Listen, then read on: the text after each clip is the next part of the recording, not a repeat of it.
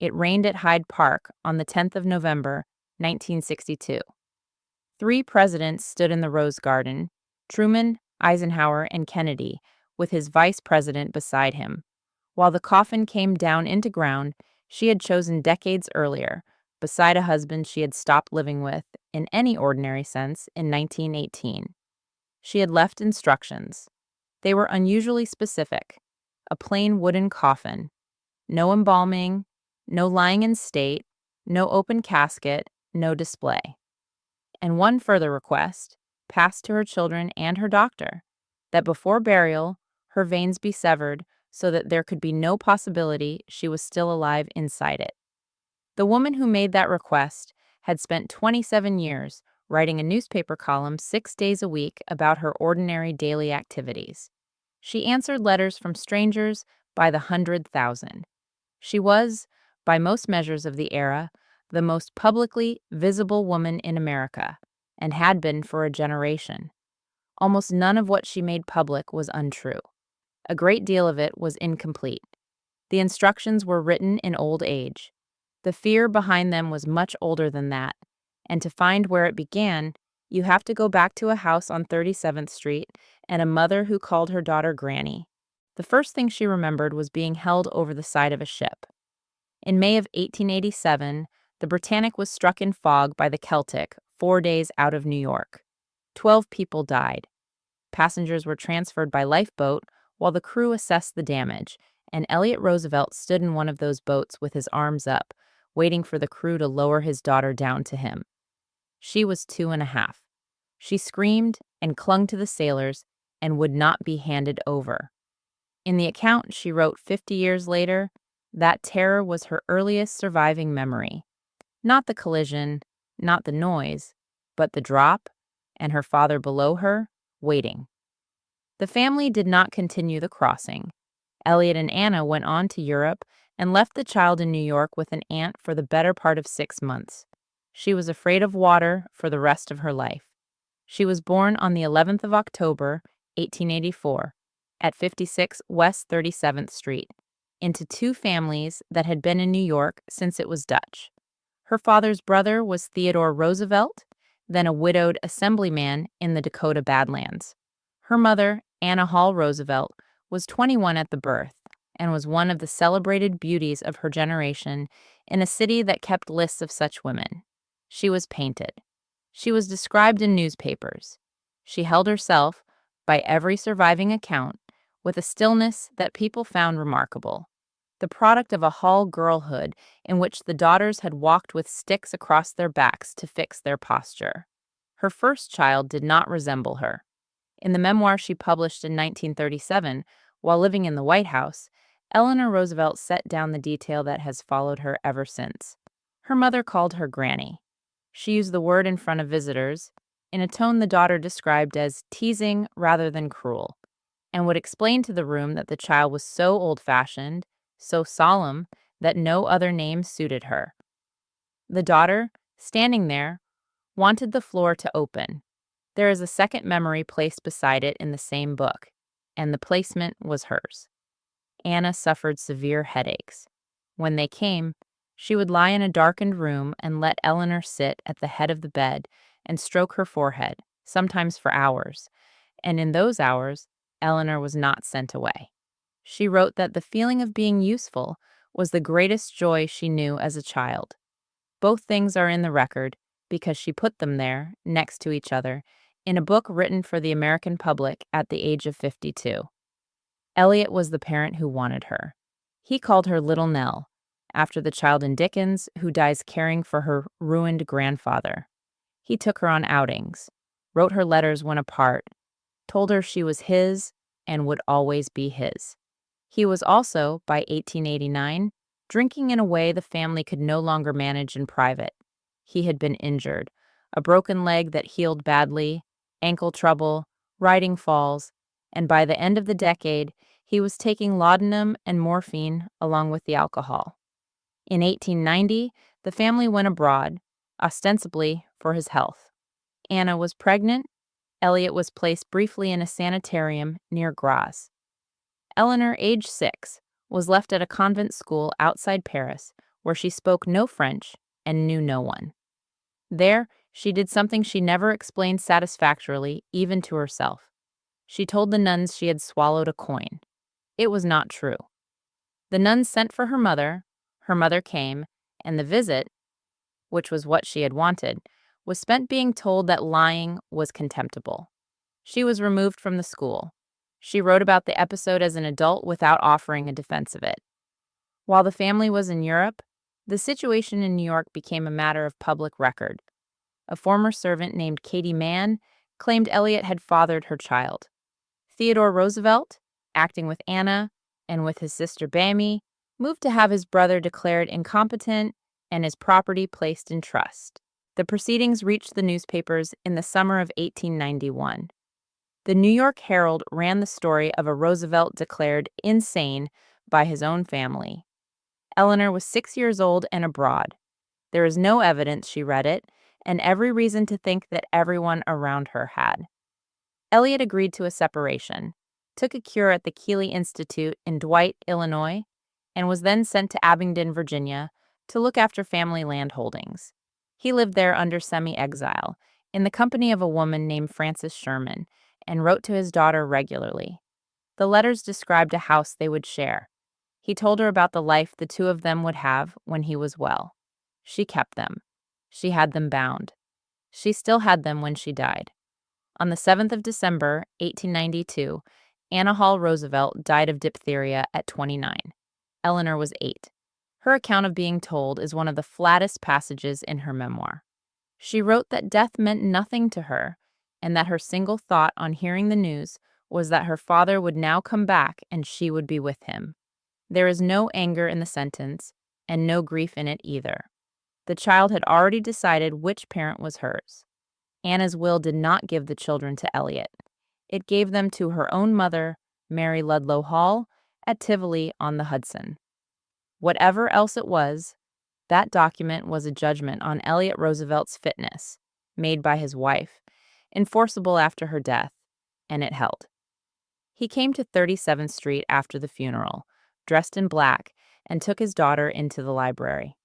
She remembered that he sat in a chair, and she stood beside him, and he told her that the two of them, now, would make a life together, that she must grow up to be a woman he could be proud of, and that one day, when she was old enough, they would travel and keep house together. Then he left, and she went to Tivoli. He did not come back for long. In May of 1893, her younger brother, Elliot Jr., died of diphtheria at 4. That left Eleanor and the baby, Gracie Hall, born in 1891. The visits Elliot did make have survived because she described them in unsparing detail. On one, he arrived at Tivoli and took her driving in a hansom with a team of hunters. The horses bolted. She was frightened and did not say so. On another, in New York, he brought her along with his 3 fox terriers and stopped at the Knickerbocker Club. He handed the dogs and the child to the doorman and went inside. She sat on the step outside the club for 6 hours. He was carried out unconscious and taken home by other men, and she was put in a cab and returned to her grandmother's. She was 9. She wrote about it as an adult, in a tone that declines to accuse him. On the 13th of August, 1894, in a rented house at 313 West 102nd Street, Elliot Roosevelt, in the middle of a delirium, went out a window, survived the fall, had a seizure, and died the next day. He was 34. The family arranged the funeral quickly and quietly. Eleanor's grandmother decided that the children would not attend it, and they did not. Eleanor learned of the death at Tivoli, cried, went to bed, and, by her own account, resumed her ordinary life the following morning. Then she wrote the sentence that matters more than the rest of it. She said that from that point she lived with him, that he was never out of her mind, that she made a life with him in her imagination and kept it going for years, and that this imagined companionship was more real to her than the household she actually inhabited. She was not quite 10 years old. She had buried a mother, a brother, and a father inside 20 months. She had also learned 2 things that would hold: that the version of a man you keep privately can be maintained indefinitely against the evidence, and that being needed was the reliable route to being kept. The physical facts of her childhood are worth stating plainly, because the accepted picture of her later beauty has a habit of softening them. She was tall for her age and got taller. Her teeth protruded and were not corrected. She was fitted with a back brace for spinal curvature and wore it as a small child. Her aunts dressed her in clothes cut short for a girl years younger, which she hated and did not say so.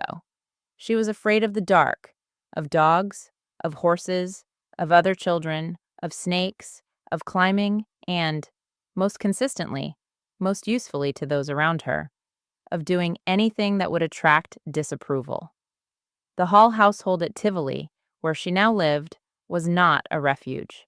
Her grandmother had been widowed at 35 with 6 children and had governed them by prohibition rather than instruction. Two of Eleanor's uncles, Valley and Eddie, drank as her father had. Valley was a tennis champion who by degrees became a man who shot at family members from an upstairs window with a rifle so that the women learned which parts of the lawn were safe. Her Aunt Pussy was subject to collapses that required the household to arrange itself around them. The staff changed often. The doors were locked at night. Years later, an adult Eleanor Roosevelt would offer a single explanation for how her grandmother had run that house, and it was not an accusation. She said that her grandmother's mistake was that she had never learned to say yes. Oak Terrace stood above the Hudson at Tivoli, about 90 miles north of New York. A large house with a tower, wide lawns running down toward the river, and a view that visitors admired. Inside, the arrangement was different. The doors were locked at night and the keys held by Mary Ludlow Hall. Meals were at fixed hours. There was a schoolroom on an upper floor where a governess taught the 2 grandchildren, and there were rules about which parts of the house a child could enter and when, and about what could be said at the table when guests were present. The family that occupied it had been a wealthy one and remained comfortable, but it was no longer functioning in the way its address suggested. Mary Hall had been widowed at 35 when her husband, Valentine Hall, fell from a horse. He had governed his household by system. His daughters had been taught deportment, French, music, and almost nothing that would let them manage money or property. And after his death, his widow governed by the only method she had observed, which was refusal. Her 6 children grew up under it. 4 of them were still living at Tivoli, in one form or another, when Eleanor arrived. Her uncle Valentine was the best known of them outside the house. He had played at Newport and won tournaments. He was charming, athletic, and by the late 1890s, drinking in a way that could not be scheduled around. He kept a rifle. On more than one occasion, he took a position at an upstairs window and fired at members of the household as they crossed the lawn. This was not treated as a crisis to be resolved, but as a condition to be routed around. The women learned which approach to the house was out of his sight line and used it. Her uncle Edward drank as well and eventually left, and his wife left him.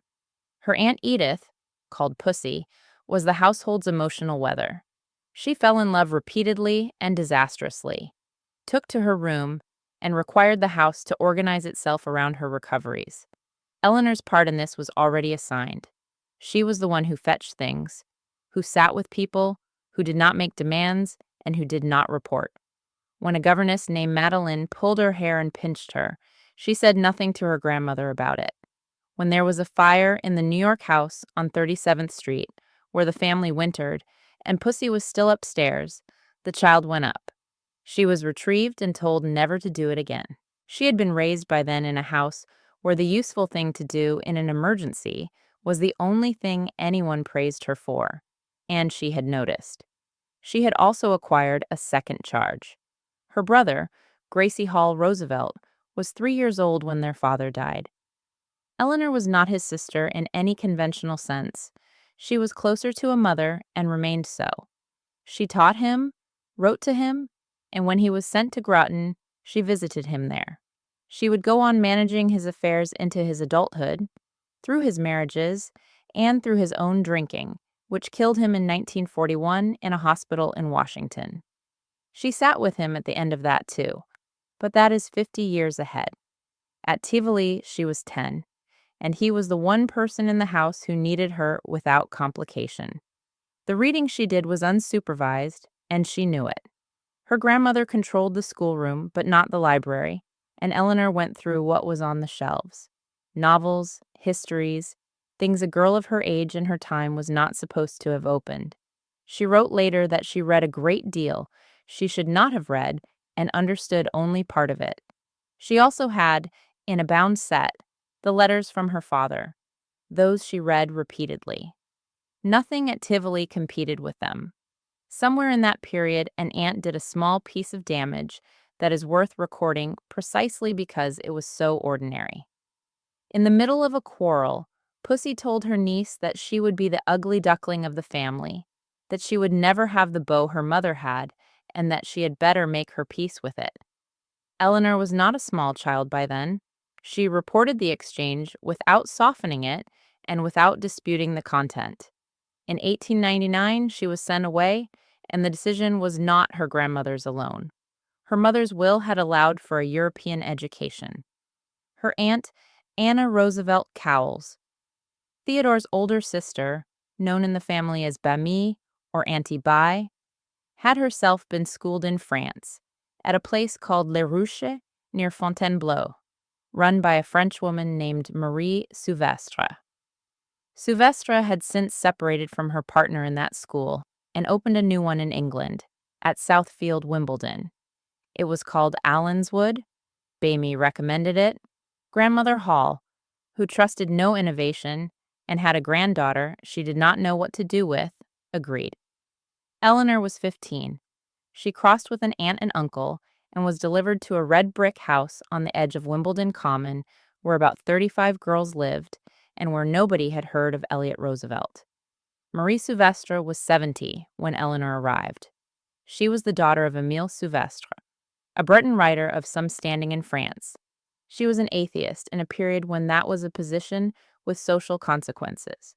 She was a Dreyfusard, and later, during the South African War, she was openly on the side of the Boers in a country where saying so at a dinner table ended invitations. She had white hair, a carrying voice, and a technique. The technique was not gentle. Instruction was in French, and only French. A girl who lapsed was corrected in front of the room. Compositions were read aloud. If Souvestre judged that a student had written what she thought the teacher wanted rather than what she herself believed, she would tear the pages in half in front of her and tell her to think and write it again. She held forth at meals, argued with the girls, and made it clear that agreement was worth nothing unless it had been arrived at. She taught history as a set of contested questions rather than a sequence of dates. She also selected favorites openly, and one of the visible markers of favor was a seat at her own table. Within the first year, Eleanor Roosevelt had it. Everything that had failed at Tivoli worked at Allenswood. She spoke fluent French, a legacy of the years abroad with her parents, which put her ahead of most of the school on the first day. She was disciplined, she remembered what she read, she asked questions. She made the first field hockey team and named it decades later in a life that included 2 terms in the White House and a seat at the United Nations as one of the proudest moments she had ever had. The younger girls left flowers in her room. When she came back from holidays, they collected books for her. She was, for the first and in some respects the last time, a person other people wanted near them for reasons unconnected to what she could do for them. Souvestre took her traveling. In the holidays, they went to France and Italy together, and the arrangements were handed over to the student. Tickets, trains, luggage, hotels. Souvestre was an erratic traveler by design. She would decide from a train window that a place looked interesting and get out there, itinerary abandoned. In Florence, she sent Eleanor out alone for a day with a Baedeker, a 16-year-old American girl in a foreign city, on the argument that this was how a person learned a city. Eleanor also learned to pack a trunk to Souvestre's standard, which she still did herself, in the same way as a woman in her 70s. The school's letters home said what such letters rarely say. Souvestre wrote to Mrs. Hall that everything she had been told about the girl's character on arrival had proved true, that Eleanor had the warmest heart in the school and that she was the most influential girl in it. She was writing to a woman who had sent the child away partly for want of a better idea. There is one detail from those years that sits oddly against the rest, and it belongs in the record because Eleanor kept it there. Among the rules at Allenswood was one against keeping food in the rooms. Girls broke it. When a search was made, Eleanor's contribution to the situation was to confess her own part in it immediately and completely. She was neither the ringleader nor an informer. She simply had no working capacity to be found in the wrong. She had been raised in a house where being blameless was the only available form of safety, and 3 years in Wimbledon did not remove it. What Allenswood did was give her for a while a set of people who found the trait admirable rather than useful. She stayed 3 years. She wanted a fourth, and Sylvestre wanted it too. In the summer of 1902, her grandmother recalled her to New York. The reason was not disapproval of the school. It was the calendar. Eleanor would be 18 in October, and the family into which she had been born required her to come out that winter, to be presented at the Assembly Ball at the Waldorf Astoria, to attend the season's dinners and dances, and to be looked at by the people who did the looking. Anna Hall had done it. Her sisters had done it. There was no argument available, and Eleanor does not appear to have made one beyond asking. She left Wimbledon in the summer. Sylvestre wrote to her afterward with advice about protecting herself from a world that would now want to fit her into it, and continued writing until she died in the spring of 1905, 3 weeks after Eleanor's wedding. Eleanor kept those letters bound with her father's. She also kept a photograph of Marie Sylvestre, and it stood on her desk in every house she lived in for the next 57 years, including the White House. The debut took place in December 1902. She was 5'11", she knew almost no one of her own age in New York, and she had spent 3 years in a school where the currency was argument in French about the Dreyfus affair. She described the evening afterward in a single register. She said it was utter agony. She said she was deeply ashamed because she knew that she was the first girl in her mother's family who was not a belle, and that everyone was aware of it. She was measured that night against Anna Hall by a room full of people who remembered Anna Hall, and she measured herself the same way, and she went on doing it. Within 3 months of the ball, she had begun teaching calisthenics and dancing to children at the Rivington Street settlement on the Lower East Side, and joined the Consumers League, walking through garment lofts and department stores to record the conditions in which women worked. She had found the alternative early. If she could not be looked at, she could be needed. That was where a distant cousin found her in the summer of 1902, on a train to Tivoli, a tall girl traveling alone, and asked her to come and speak to his mother. They had known each other since childhood in the way that cousins in a small society know each other, at parties, at Christmases, in the background of other people's photographs. He was Franklin Delano Roosevelt, of Springwood at Hyde Park, the only child of James Roosevelt and his second wife, Sarah Delano. He was 2 years older. He had danced with Eleanor at a Christmas party when she was 14 and he was 16, and had told his mother afterward that his cousin Eleanor had a good mind. The courtship that began in the summer of 1902 was conducted almost entirely on paper and in public rooms. He was at Harvard. She was in New York, teaching at Rivington Street and going to the dinners her aunts arranged. He came down for weekends. They wrote. Her letters from that period do not survive, because he did not keep them or she later removed them. His do, and they are the letters of a young man who had decided. In November 1903, at Groton, where he had gone for the school's 20th anniversary, he asked her to marry him. She was 19. She said yes, and then asked him whether he was sure, whether he understood. She said that she was not what people expected. He told his mother a week later. Sarah Delano Roosevelt's response set the pattern for the next 38 years, and it is worth being exact about what she did, because it was not refusal. She did not forbid it. She told them they were too young, that they must tell no one, and that the engagement would remain secret for a full year. Then she took her son to the Caribbean on a cruise for 6 weeks with a friend of his and arranged through connections to have him offered a position as secretary to the American ambassador in London, a post that would have removed him from the country entirely. He declined it. He came back from the Caribbean, and the engagement held. She had been widowed in 1900.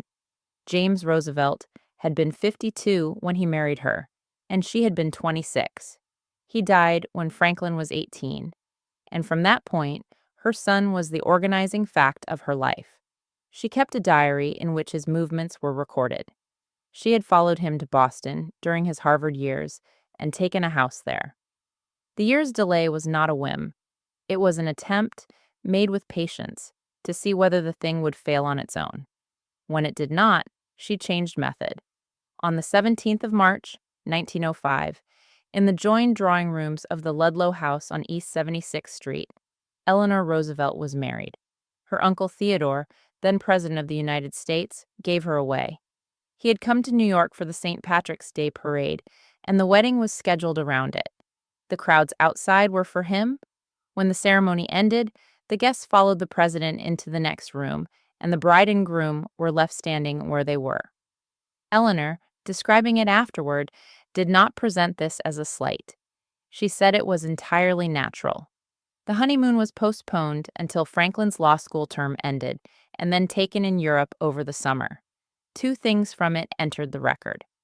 In Scotland, at a house party, a woman asked Eleanor to explain the difference between American and English government, and she found that she could not, and was humiliated by it. And in Cortina, in the Dolomites, Franklin went climbing for a day with another woman in the party, a Miss Kitty Gandy, while Eleanor stayed behind. She wrote about this decades later. She said she had been jealous, that she said nothing at the time, and that she had spent much of her life afterward learning that jealousy expressed as silence was not the same as jealousy overcome. They came back in the autumn of 1905 to a house Sarah had rented for them, 3 blocks from her own, staffed with servants Sarah had hired. The daughter, Anna, was born in May 1906, James in December 1907, a third child, Franklin Delano Jr., in March 1909, Elliot in 1910, a second Franklin Jr. in 1914, John in 1916, 6 children in 10 years, of whom 5 lived. The first Franklin Jr. died in November 1909, at 7 months and 9 days, of influenza that became heart failure. Eleanor's account of it, written in her 50s, is one of the few passages in her memoirs where she turned an accusation on herself and did not qualify it. She said she reproached herself bitterly for having left the child too much to nurses, and that she was still reproaching herself. The baby was buried at Hyde Park. She wrote that for a long time she was unable to be near the grave. Between the second and third children, Sarah built the houses. Numbers 47 and 49. East 65th Street were completed in 1908. 2 6-story townhouses put up as a single structure, sharing a front entrance arrangement with connecting doors on several floors. Sarah took one and gave the other to her son and his wife as a gift. The furniture was hers. The staff, in significant part, was hers. The doors between the 2 houses were not locked, and she used them. There is an episode from the first weeks in that house that Eleanor recorded and that her children repeated afterward. Franklin came into her room and found her sitting at her dressing table crying. He asked what was wrong. She told him that this was not her house, that she had not helped to plan it, that it was not the way she wanted to live. He answered, reasonably, in her telling, that she was quite mad and that she would feel differently in a little while. Then he left the room. She did feel differently, in a sense. She stopped saying it. The pattern of the next decade is not difficult to describe, but it is easy to describe unfairly, so it is better to describe it in specifics. The children called their grandmother Granny and were disciplined by her when she chose to override their mother, which she did. She told them, on more than one occasion and within their hearing, that their mother had borne them but that she, Sarah, was more truly their mother. When Eleanor forbade something, the children learned that an appeal upstairs or 3 blocks away or at Hyde Park was often successful. James Roosevelt wrote about this as an adult without much sympathy for anyone in it. The infant care was done by nurses, some of them chosen by Sarah. One of them, an English nurse the family kept for several years, was later found to have been locking a child in a closet as punishment and to have been drinking. Eleanor did not discover it for a long time. At the 65th Street house, she had a wire mesh box built outside a window on an upper floor and put the baby Anna in it to sleep in the open air, which was then a fashionable theory of infant health. A neighbor threatened to report her to the Society for the Prevention of Cruelty to Children. She stopped. She was, by every account, including her own, a strict and anxious mother rather than a warm one. She did not know how to play. She had never been played with. She read to them, taught them, corrected them, worried over their health with an intensity that her children found suffocating and could not, as her daughter Anna put it much later, put an arm around any of them without it seeming like an event. Her son James wrote that she loved all mankind, and that her children, at times, seemed to be included in that only as a subset. Eleanor's own summary, delivered in old age, was flatter than any of theirs. She said she had been a good disciplinarian and a poor mother, and that by the time she had learned anything about how to raise children, her own were grown. At Hyde Park and at Campobello, the arrangement was formalized by furniture. Springwood was Sarah's house. At its table, Sarah sat at one end and Franklin at the other. Eleanor sat at the side. There were 2 intervals in these years when she lived somewhere Sarah had not chosen. The first was Albany. In 1910, Franklin ran for the New York State Senate as a Democrat in a Republican district in Dutchess County and won. In January 1911, they moved into a rented house on State Street, and for the first time in her married life, Eleanor ran a household by herself, hired her own servants, and set her own hours. She said afterward that she began to be a person in Albany. The house filled with legislators. Franklin took a leading role in the fight against Tammany Hall's choice for the United States Senate, and the insurgents met in his front room. Eleanor sat in on those meetings, at first to listen. It was there that she met Louis McHenry Howe. He was a newspaperman covering Albany for the New York Herald. Small, chronically asthmatic, disfigured by a childhood bicycle accident, careless about his clothes, and immediately and permanently convinced that Franklin Roosevelt could be president. Eleanor disliked him on sight and made no secret of it in later accounts. He smoked constantly in rooms where her children were. He was, in the vocabulary of her family, not the sort of person one had in the house. He became, within a decade, the single most important political relationship of her life, and the only man who ever told her to her face that she was capable of more than she believed. The second interval was Washington. In March 1913, Woodrow Wilson's new Secretary of the Navy, Josephus Daniels, appointed Franklin Roosevelt as Assistant Secretary. The post Theodore Roosevelt had held before the Spanish-American War, a fact Franklin mentioned to people frequently. They rented Auntie Bai's house on N Street. Eleanor was 28, the wife of a ranking official in a city that ran on protocol, and she did what the position required with a thoroughness that nobody had asked for. She made calls 6 days a week, the wives of the cabinet on Mondays, the Supreme Court on Mondays, Congress on Tuesdays, and so on through the week, 10 and 15 and 30 houses in an afternoon, leaving cards. She held Wednesday afternoons at home. She kept lists. To manage the volume, she hired a social secretary, part-time, 3 mornings a week. The young woman was well connected, from an old Maryland family that had lost its money, and she was, by the description of everyone who met her, exceptionally attractive and exceptionally pleasant. She sorted the invitations on the floor of the drawing room because there was no desk free. Her name was Lucy Page Mercer. Lucy Mercer was 22 when she came to work at the house on N Street in the winter of 1914. Her father, Carroll Mercer, had been one of the founders of the Chevy Chase Club and had drunk and gambled through the family money before separating from his wife. Her mother, Minnie Tunis Mercer, had been a Washington beauty in the 1880s, in much the way Anna Hall had been a New York one. The daughters had been raised partly in a convent in Austria and partly on the charity of relatives. Lucy had been presented at the assembly, had no money at all, and had gone to work.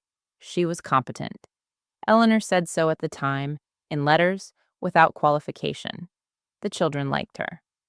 When Eleanor was away, Lucy stayed on to handle correspondence, and Franklin, who by 1916 was in the habit of writing his wife detailed accounts of his days, mentioned her in them.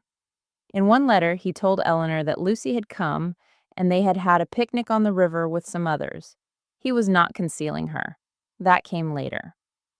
The summers separated the household by design. Every year, Eleanor took the 5 children to Campobello Island, off the coast of New Brunswick, from June until September, and Franklin stayed in Washington and came up when the department could spare him.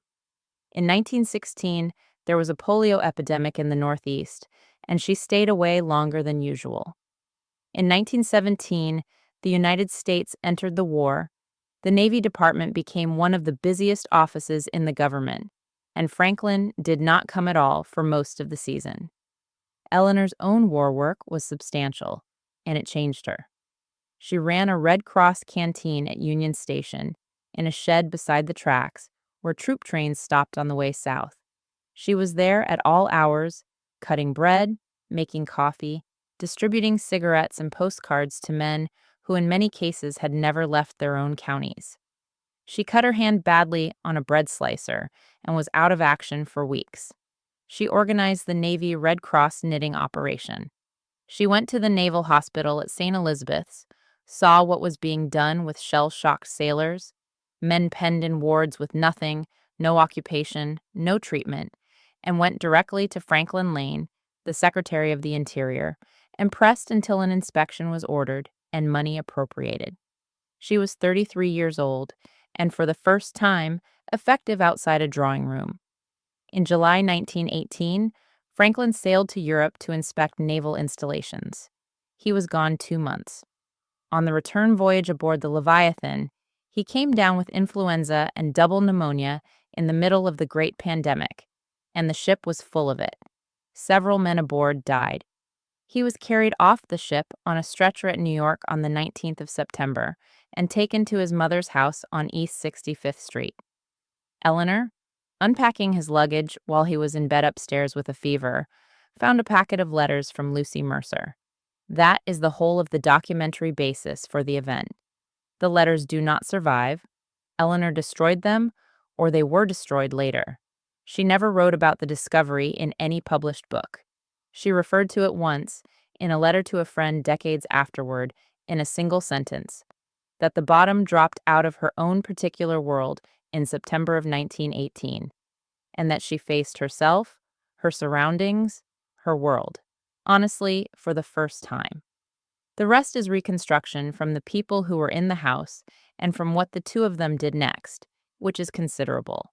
She offered him his freedom. Every account agrees on this, including her daughter Anna's, told to her by her mother directly, and James's, and Elliot's. The offer was serious. She did not threaten. She proposed a divorce.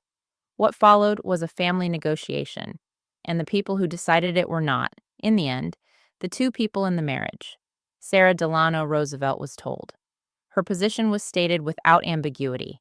If Franklin left his wife and 5 children, she would cut him off. Not disinherit him in some future sense. Cut him off, immediately, from the income he lived on. From Springwood. From the money that made the Washington house and the servants and the children's schools possible. Franklin's salary as assistant secretary was $5,000 a year.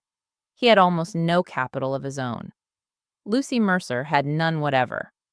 Louis Howe was told or worked it out, and his argument ran the other way and reached the same conclusion.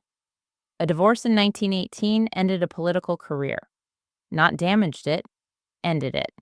There was no example to the contrary in American public life. Howe put this to Franklin, and in the days that followed, also put a version of it to Eleanor, whom he had by now come to know well, and whose judgment he respected more than her husband's did. There was a third obstacle, and it was Lucy's. She was a Catholic. Franklin was a divorced man with 5 children in the eyes of any church that would have to marry them, and she would not have been able to marry him in hers. The terms that emerged were these: Franklin would end it and not see her again. The marriage would continue, and according to what Eleanor told Anna many years later, she made one further condition, which was that they would no longer share a bed. She was 33. The last child had been born in 1916. There were no more. The word she used for the arrangement afterward, when she described the marriage to friends, was partnership. She also said, in a letter written in the 1920s, that she had forgiven, but that she could not forget, and the distinction was not rhetorical. Her son James wrote that after 1918, there was an invisible wall between his parents that never came down and that neither of them ever referred to. 2 other things need to be set beside it, because they change what the arrangement actually was. The first is that the family did not entirely keep it inside the family. Alice Roosevelt Longworth, Theodore's daughter, Eleanor's first cousin, and the most reliably malicious hostess in Washington, had been aware of the affair before Eleanor was.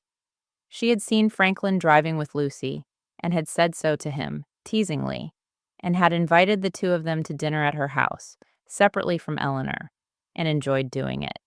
Her explanation, given decades later without embarrassment, was that Franklin deserved a good time because he was married to Eleanor.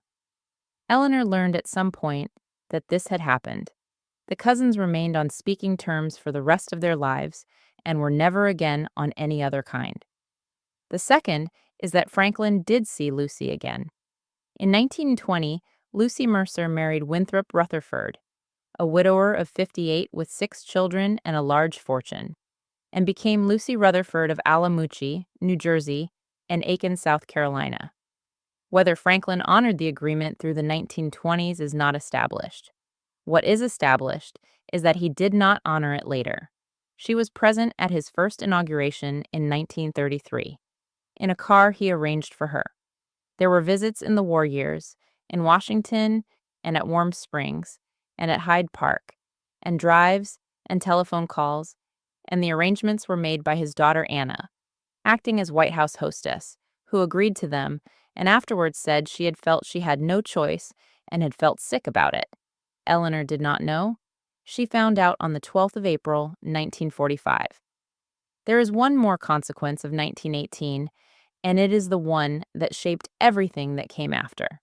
She did not react to the discovery by withdrawing. She reacted by beginning, methodically, to build a life that did not depend on her husband's regard. The changes started within months. She dismissed the housekeeping arrangements that had run her household on Sarah's model. She learned to cook, taking lessons at 34, which in her circle was not a normal thing for a woman to do. She began to spend time with people her mother-in-law would not have received. In 1919, when the Wilson administration's Assistant Secretary of the Navy attended the Paris Peace Conference, she went with him and toured the battlefield country. Verdun, the wrecked villages, the improvised cemeteries, and came back with a settled opinion about war that she never afterward modified. And she stopped, in a way that is visible in her letters year by year, asking her husband's permission for things. In 1920, Franklin was nominated for vice president on the Democratic ticket with James Cox. They lost badly to Harding. Eleanor spent that campaign on a train, the only woman in a car full of political men, and she was bored and useless in it until Lewis Howe, the man she had disliked on sight in Albany, began coming to her compartment to talk over the speeches with her, to ask her what she thought, and to explain what he was doing and why. He did it deliberately. He had decided that she was the more durable of the 2 Roosevelts, and that she did not know it. By the end of that train journey, Eleanor Roosevelt and Lewis Howe were allies. It was the beginning of the only relationship in her life in which someone with power over her career used it entirely on her behalf. She would need him in 11 months. In July of 1921, A subcommittee of the United States Senate published a report on the Navy Department's conduct of an investigation at Newport, Rhode Island. 2 years earlier, sailors had been recruited and instructed to solicit other men in order to gather evidence of homosexual activity at the naval training station and the town around it. The subcommittee found the method indefensible and named the official who had authorized it. The New York Times carried it on the front page. Lay Navy scandal to F.D. Roosevelt. Details are unprintable. He issued a denial, called the report a partisan smear, and left it there. It was the worst month of his public life to that point. He was 39, out of office since the Cox defeat, working at a bonding company on Wall Street, and he had been advised by everyone, including Louis Howe, to be seen doing wholesome public things. So on a hot day at the end of July, he went up the Hudson to Bear Mountain to review 2,000 Boy Scouts at their summer camp, and was photographed doing it. The current medical understanding is that he was probably infected somewhere around that time, though nothing about the transmission can be established. He arrived at Campobello on the 8th of August, aboard a friend's yacht. On the 10th, he took the family sailing on the Vireo, spotted a forest fire on one of the small islands, and went ashore with the children to beat it out with pine boughs. Afterward, they ran 2 miles home, swam in a freshwater pond, and then in the Bay of Fundy, which in August is around 50 degrees. Back at the cottage, he sat in a wet bathing suit, reading the mail, and said he felt a chill and did not want dinner and went up to bed. The next morning, he had a fever of 102 and a pain in his back. By evening, he could not move his right leg.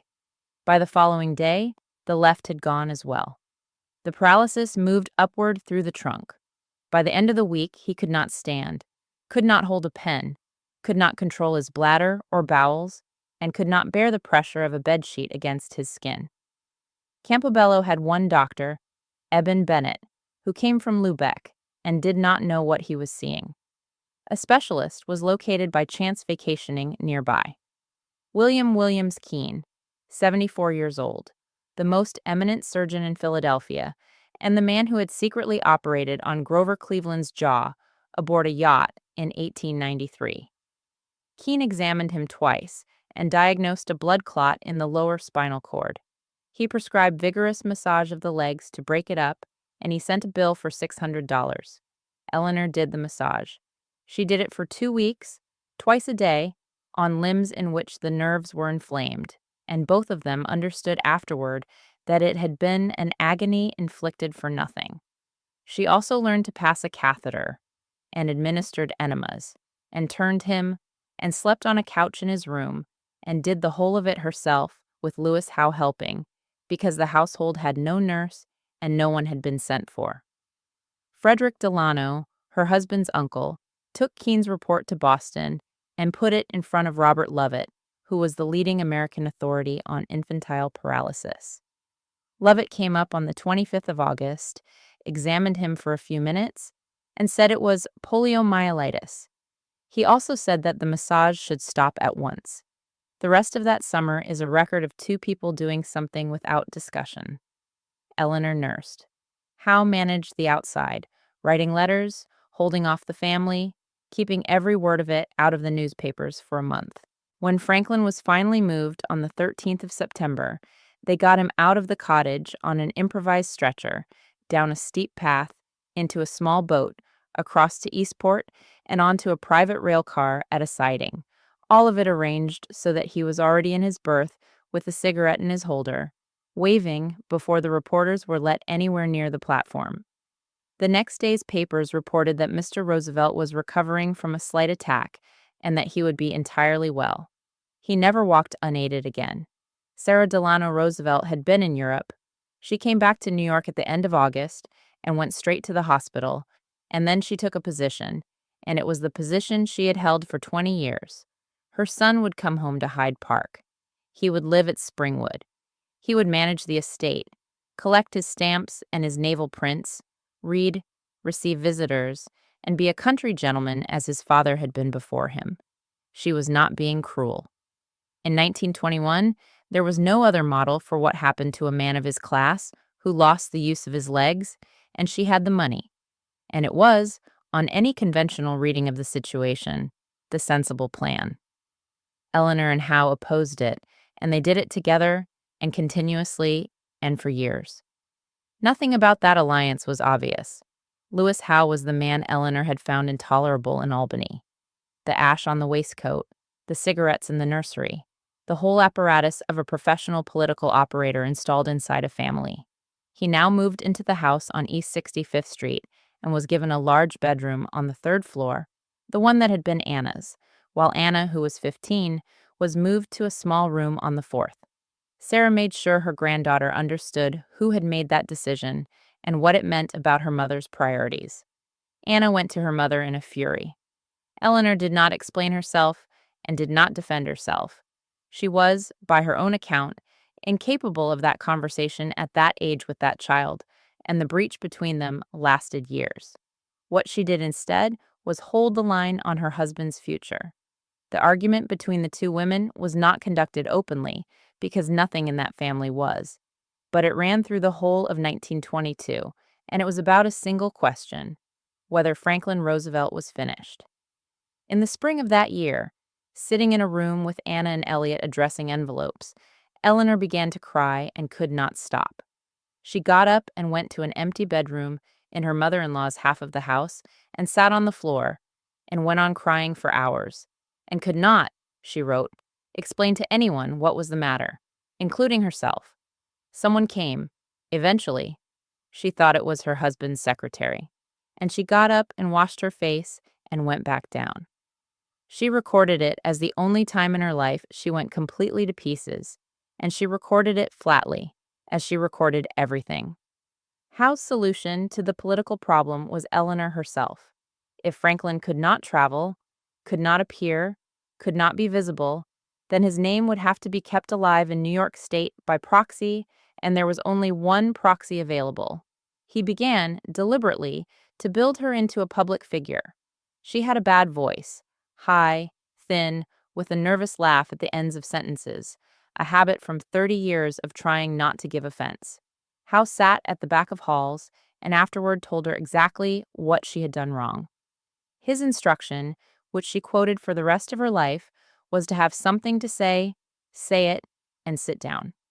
She joined the legislative committee of the League of Women Voters and was given the job of reading the congressional record and reporting on state legislation, and she read it, all of it, weekly. She joined the Women's Trade Union League, whose members included women who had come out of shirtwaist factories and picket lines and jails, and she paid the rent on their clubhouse and went to their meetings and listened. In 1922, she took over the finance work of the Women's Division of the New York State Democratic Committee, and by 1924, she was organizing women's committees in every county in the state and editing the division's newsletter. The people she now spent her days with were not people her mother-in-law would have received. Sarah said so. She said it about the trade union women in particular, and about the fact that her daughter-in-law was traveling around the state, sleeping in bad hotels, and about her appearing on platforms with her name in the newspapers. Eleanor continued. She also, in that period, did something she was ashamed of afterward and never fully explained away. In the autumn of 1924, Theodore Roosevelt Jr., her first cousin, Uncle Ted's son, ran for governor of New York against Al Smith. He had been Assistant Secretary of the Navy under Harding, and his signature was on documents connected to the Teapot Dome leases. No dishonesty was ever established against him. Eleanor campaigned for Smith, and she did it by having a car fitted with an enormous canvas teapot mounted on the roof, rigged to emit steam, and driving it around the state in front of her cousin's motorcade. He lost. Their branch of the family did not forgive it. She wrote later that it had been a rough stunt, that she was not proud of it, and that she should not have done it, and the entry sits in her memoir without any further defense. That same summer, she had chaired the platform committee of the women's delegations at the Democratic National Convention and spent the night sitting on the floor outside the closed doors of the Men's Resolutions Committee, waiting to be called in. She was not called in. She sat there knitting until the small hours and then went home.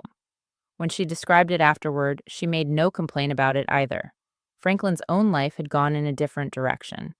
From 1923, he spent the winters on a houseboat in Florida, the LaRuco, in warm water, exercising, fishing, and playing host to a rotating set of friends.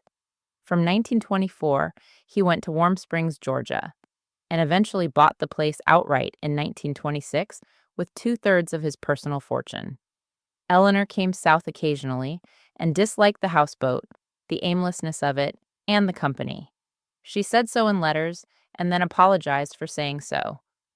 The person who was with him instead was Marguerite Lehand, called Missy, his secretary since the 1920 campaign, 22 years younger, who now ran his household in Florida and later at Warm Springs, sat at the foot of the table when Eleanor was absent and became a fixture of his life for the next 20 years. What that was, exactly, is one of the things the record does not settle. The children were divided about it and said so publicly in adulthood. Elliot believed one thing, James another. What is certain is that Missy Lehand did the daily domestic work of being married to Franklin Roosevelt, and that Eleanor knew it, accepted it, wrote to her warmly, and left her out of her memoirs almost entirely. By 1926, the arrangement had settled into something all parties could operate. He had Warm Springs, Missy, and his mother's house. She had a state full of committees, a growing set of colleagues, and, increasingly, two women she had met through Democratic politics in Albany, a stocky, practical organizer named Nancy Cook, and a schoolteacher named Marion Dickerman. That autumn, on a picnic beside a stream 2 miles from Springwood, Eleanor mentioned that she was sorry the season was ending because the big house would be closed. Franklin, who was there, said that there was no reason she and her friends could not build a cottage of their own on that spot. He drew up the lease himself. The land would remain his, the house would be theirs for their lifetimes. It was the first building Eleanor Roosevelt ever lived in that Sarah Delano Roosevelt had no part in. The stream was called Fall Kill, and the Dutch name got shortened. The cottage went up beside it in 1925, of local fieldstone, in a Dutch colonial style that Franklin took a personal interest in. He brought in a young architect named Henry Toombs, went over the drawings himself, and enjoyed the whole business considerably. He referred to the project in letters as the honeymoon cottage. He referred to its occupants in the same letters as his missus and her female political friends. The lease he drew gave them use of the land for their lifetimes and kept the title with him. The house itself, and everything in it, was theirs. The linens and the towels were monogrammed EMN. Nancy Cook had telephoned in 1922 to ask Mrs. Franklin D. Roosevelt to speak at a fundraising luncheon for the Women's Division of the State Democratic Committee, on the reasoning that the name would sell tickets. Eleanor agreed, was terrified, and got through it. Cook was the division's executive secretary. Short, capable, blunt, a woman who had trained as a craftsman, who built furniture and cabinets and stage sets with her own hands, who had run field kitchens in England during the war. Marion Dickerman was a schoolteacher who in 1919 had stood for the New York Assembly against the Speaker, Thaddeus Sweet, and lost. The two of them had lived together since before the war and would live together for 50 years. For about a decade, they were the closest thing Eleanor Roosevelt had to a household of her own choosing.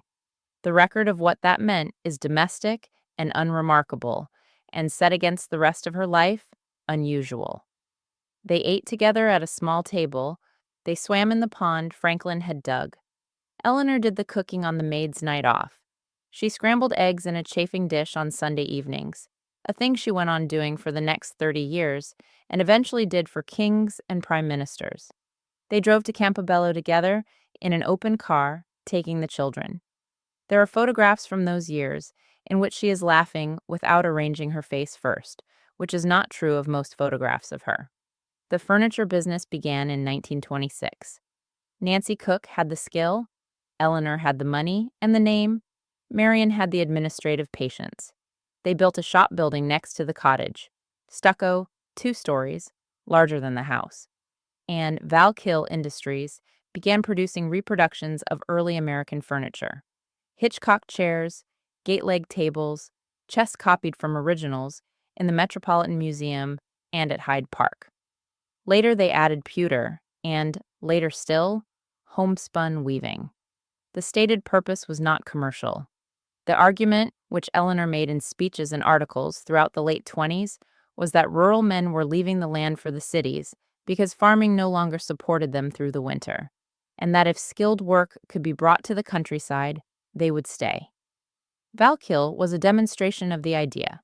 It employed local men, several of them Italian immigrants, Frank Landolfa, Otto Berge, Carl Nielsen, at good wages, in a shop where the standard of workmanship was set by Nancy Cook and was high. It lost money almost every year it operated. Eleanor covered the losses out of her own earnings, which by the late 20s were substantial and were nearly all from writing and speaking.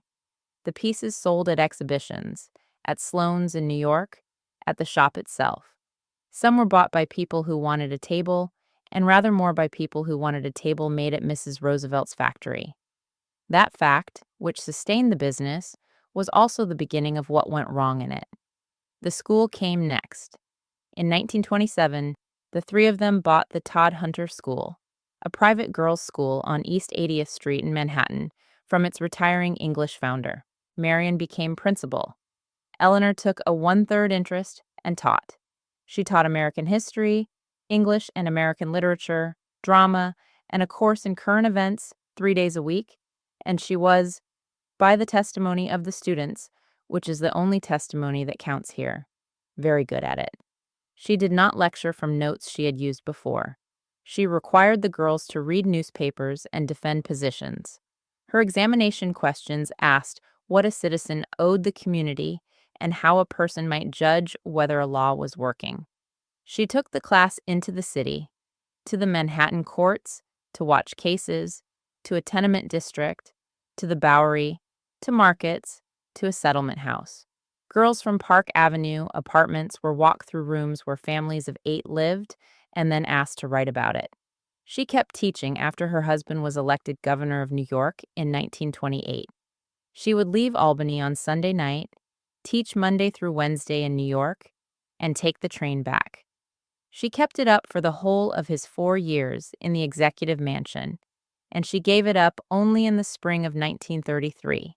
And she said afterward that of everything she had ever had to give up, it was the loss she felt most. Albany brought Earl Miller. He was a New York State trooper, assigned in 1929 as her bodyguard on the governor's instruction. He was 32 to her 44. He had been an orphan, a circus acrobat, a Navy middleweight boxing champion, and he was, by every description and every photograph, a strikingly handsome man with no deference in him whatever. He treated her in a way nobody had. He told her she was a good-looking woman and appeared to mean it. He taught her to dive, to ride again after 30 years, to shoot a pistol, to play tennis. He got her out of the habit of pulling her upper lip down over her teeth in photographs. He arranged for her to have her hair done. He called her lady. He put his arm around her in front of cameras, and she let him, and the pictures exist, and they made her family uncomfortable at the time and have made biographers argumentative ever since. What it was is not established and cannot be. Their correspondence does not survive. Miller said in old age that he had destroyed her letters, and no one has ever produced them. He married 3 times during the years he knew her, and she was matron of honor at one of the weddings and paid for parts of another. In 1947, one of those marriages ended in a divorce action, in which his wife's lawyers indicated they might name Eleanor Roosevelt. The case was settled and sealed quickly and quietly, and the settlement was paid. Miller himself, interviewed decades later, said contradictory things at different times to different people. What can be said is narrower and better attested.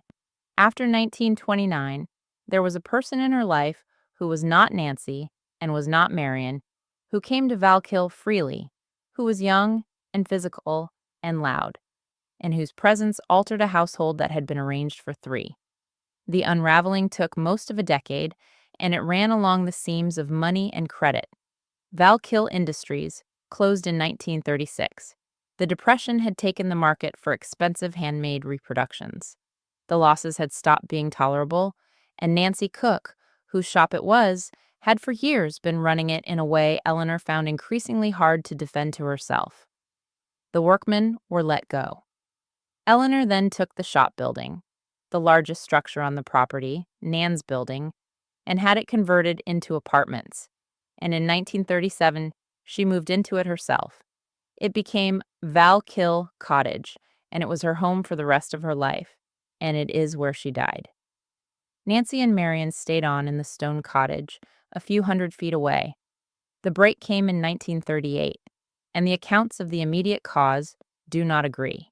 What is documented is a long letter Eleanor wrote that summer, some 14 pages, setting out grievances that had been accumulating for years and had never once been raised aloud. That she had been used, that her name and her money had carried enterprises she was not consulted about, that things she had said in private had been repeated, that she had been discussed. It was written in the tone of a woman itemizing an account.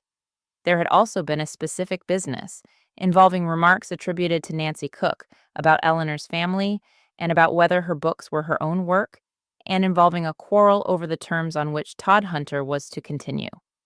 Her children disliked the two women and had said so for years. Her sons wanted her money in other directions. It is not possible to separate these strands cleanly, and the people who could have separated them chose not to. Marion Dickerman later said the friendship had simply been outgrown. Eleanor's own explanation, offered to a mutual friend, was that she had discovered they did not like her as much as she had believed. Whatever the proportions, the result was total. She bought out their interest in Todhunter. She stopped taking meals with them. She stopped writing. They lived on the same 20 acres for another 9 years, in sight of one another, and she did not speak to them beyond what a shared driveway required. In 1947, she bought their share of Valkill outright, and Nancy Cook and Marion Dickerman packed the cottage they had built in 1925 and left for Connecticut. Nancy died in 1962, 3 months before Eleanor. There was no reconciliation. This was not the only time she did it. It was the largest. The pattern is visible enough by then to be described: an intense attachment, a period in which the other person became the center of her domestic life, and then, at a point the other person almost never anticipated, a withdrawal that was complete, unexplained, and permanent. It was not done in anger. There were no scenes. What happened was that the letters stopped and the door closed, and the person on the outside spent years working out what had occurred. She had been raised in a household where nothing was ever said and everything was absorbed, and where the way to survive an intolerable person was to rout around them on the lawn. She had watched her family remove her father from its life by legal instrument and mutual agreement, and then declined to discuss it. She had, in 1918, been handed an arrangement by which a marriage continued in public with its interior removed, and she had operated inside that arrangement for 20 years without once naming it in print. By the time she cut off Nancy Cook, she had had a great deal of practice at ending something without ever saying that it had ended. In November 1932, her husband was elected President of the United States. On the night of the victory, she was, by the account of the woman standing next to her, not happy. She said that for him it was wonderful, and that for herself, she was not going to say anything about it at all. The woman standing next to her was a reporter from the Associated Press named Lorena Hickok, who had been assigned to cover her that autumn and who by then had stopped being able to write about her objectively and knew it. Lorena Hickok was the best woman reporter in America in 1932, and she had got there from a starting position that had nothing in common with anyone else in Eleanor Roosevelt's life. She was born in 1893 in East Troy, Wisconsin, the daughter of an itinerant butter maker who beat her. Her mother died when she was 13. Her father put her out of the house at 14, and she went to work as a hired girl, moving between households, cleaning and minding children for board. She got herself through high school on the charity of a relative, failed at college, and talked her way into newspaper work in Milwaukee. By the late 20s, she was at the Associated Press in New York, covering politics and crime, one of a handful of women in the country doing that work at that level. And she was covering it in a fedora, chain smoking, weighing close to 200 pounds, and being paid accordingly. The AP assigned her to the candidate's wife in the autumn of 1932. Within weeks, the professional distance was gone. Hickok began withholding material she considered private. She wrote a story about the president-elect's wife and then held it. By 1933, she had concluded that she could no longer do the job honestly, and she resigned from the Associated Press. On the 3rd of March, 1933, the night before the inauguration, they were together in New York. Hickok was given a sapphire ring Eleanor had been given by Lua Howe and wore it at the ceremony the next day. Then Hickok was hired by Harry Hopkins as chief investigator for the Federal Emergency Relief Administration and sent out into the country to report on what relief was actually doing. She traveled for 4 years: the Dakotas, the southern textile counties, the coal fields, the migrant camps of California, and wrote confidential reports to Hopkins that are among the most useful documents surviving from the Depression. And she wrote to Eleanor, and Eleanor wrote back, most days, sometimes at 15 or 20 pages. There are about 3,300 letters. They were sealed in the Roosevelt Library at Hyde Park under Hickok's own instruction until 10 years after her death, and opened in 1978, and they are what they are. Two women writing to each other daily for years, in language about longing, about counting the days, about photographs kissed goodnight, about the northeast corner of a mouth. Eleanor wrote to her about wanting to hold her close and about the difficulty of getting through the hours until they would be in the same room. They have been read as evidence of a physical relationship and read as the epistolary register of an era in which women wrote to each other in terms that later sounded different, and both readings have been defended by serious historians using the same pages. The letters do not settle it. What they do settle is that for a period of years, the emotional center of Eleanor Roosevelt's life was not in the White House. Hickok also did something else. She invented the mechanism by which Eleanor Roosevelt became a public figure in her own right, and she did it as a professional favor. It was Hickok's idea that the First Lady hold weekly press conferences for women reporters only. There had never been such a thing. The effect was structural. Every wire service and major paper in the country that wanted access to the president's wife had to employ at least one woman to get it, at a moment when women were being fired from newsrooms first. Eleanor held them almost every week for 12 years, 348 of them, and used them, sometimes to announce policy she had not cleared with anyone. She had already been publishing. From 1933, she wrote for magazines constantly. In December 1935, she began the column. My Day ran 6 days a week. She wrote it in the first person about what she had done that day, who came to lunch, what she read on the train, the weather at Hyde Park, a school she had visited. It was syndicated to as many as 90 newspapers, with a readership in the millions. She wrote it from the White House, from trains, from ships, from Pacific hospitals in wartime, from a hotel room after a full day of meetings, dictating to her secretary, Malvina Thompson, who traveled with her for 28 years and typed most of the words Eleanor Roosevelt ever published. She missed 4 days in 27 years. 3 of them were in April 1945. The column was also, and this is the part that generated the sustained attack on her, a commercial product. She was paid for it. She was paid a great deal for the lecture tours she gave, traveling under contract with a booking agency, sometimes 40,000 miles in a year. She was paid for radio broadcasts sponsored by a mattress company, by Simmons, by Selby Shoes, by Pond's Cold Cream, by Sweetheart Soap. In some years in the 1930s, her income exceeded the president's salary. She gave nearly all of it away. The radio money went, by arrangement, directly from the sponsor to the American Friends Service Committee and other charities so that it never passed through her hands. She supported relatives, former employees, students, the Valkill workmen, people who wrote to her with a specific need. She also employed a professional to manage the giving because the volume was beyond her. None of that answered the objection, which was not really about the money. The objection was that the wife of a president was a paid commercial performer trading on an office she had not been elected to, and it was made continuously for a decade in Congress and in print by people who also disliked everything else about her. The columnist Westbrook Pegler made a career of it.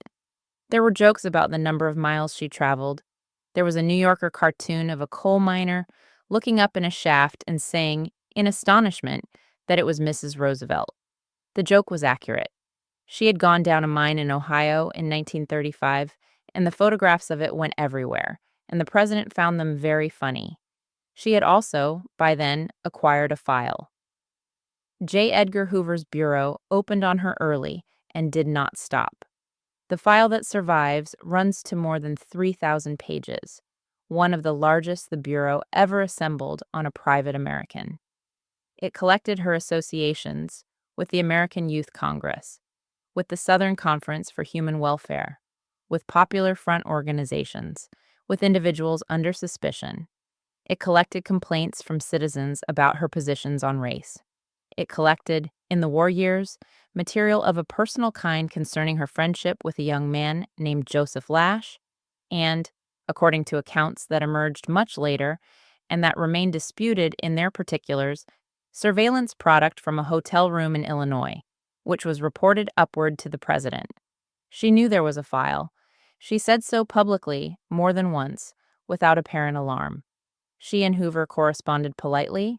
She did not stop doing anything. The Earl Miller arrangement continued through the White House years. He was in and out, he wrote.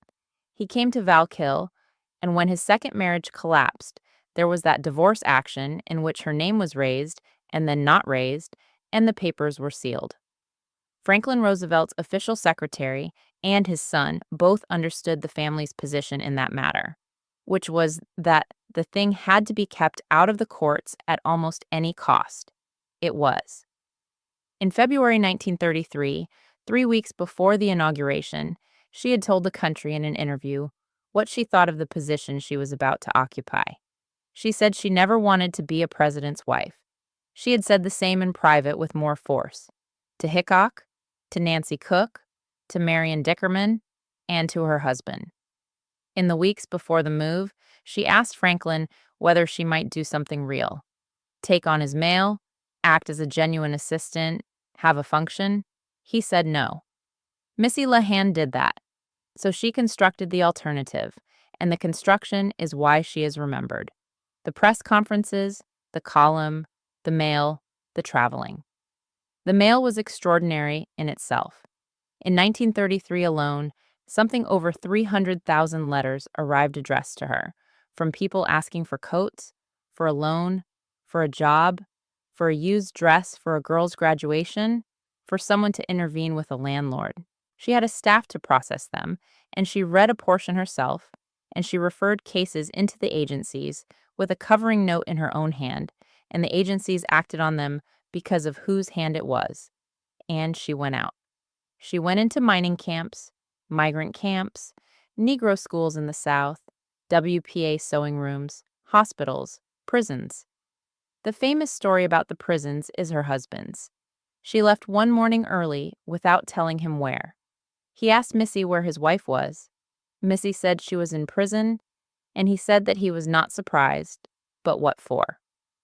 The traveling had a second purpose that was never stated publicly during his life. He could not go. A president who could not walk without two men holding him could not tour a coal seam or climb the stairs of a tenement. She went, and she came back, and she reported to him, at dinner, in his study, in a briefcase of notes left on his bedside table at night, which he found there in the morning, and which he sometimes complained about and always read.